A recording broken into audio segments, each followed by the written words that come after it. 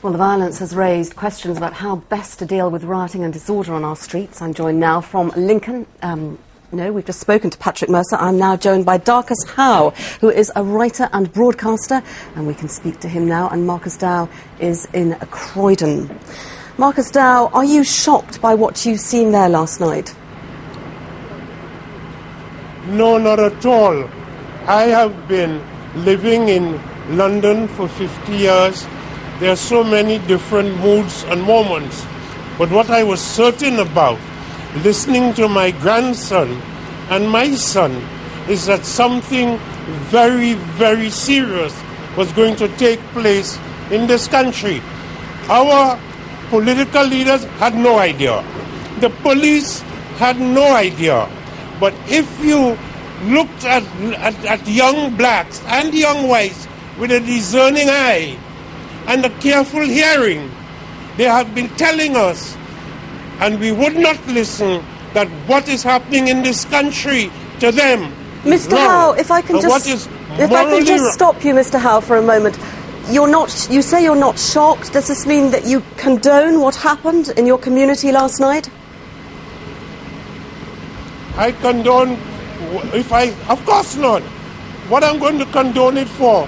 What I'm concerned about more than anything else, there is a young man called Mark Duggan.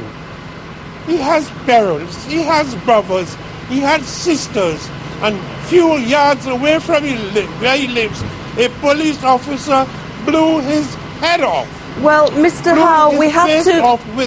Let me finish. Mr. Howe, we have to wait for the official inquiry before we can say things like that. We don't know what happened to Mr. Duggan. We are going to wait for the police report on it.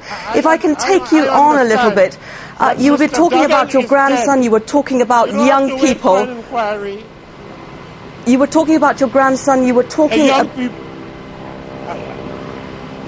They have been stopping and searching young blacks for no reason at all. I have a grandson, he's an angel, and he began to think he was coming of age when the police slapped him up against the wall and searched him, and he thought he had now had a gold star. I asked him the other day, apropos of a sense that something was going seriously wrong in this country. I said, how many times have the police searched you? He said, Papa, I can't count.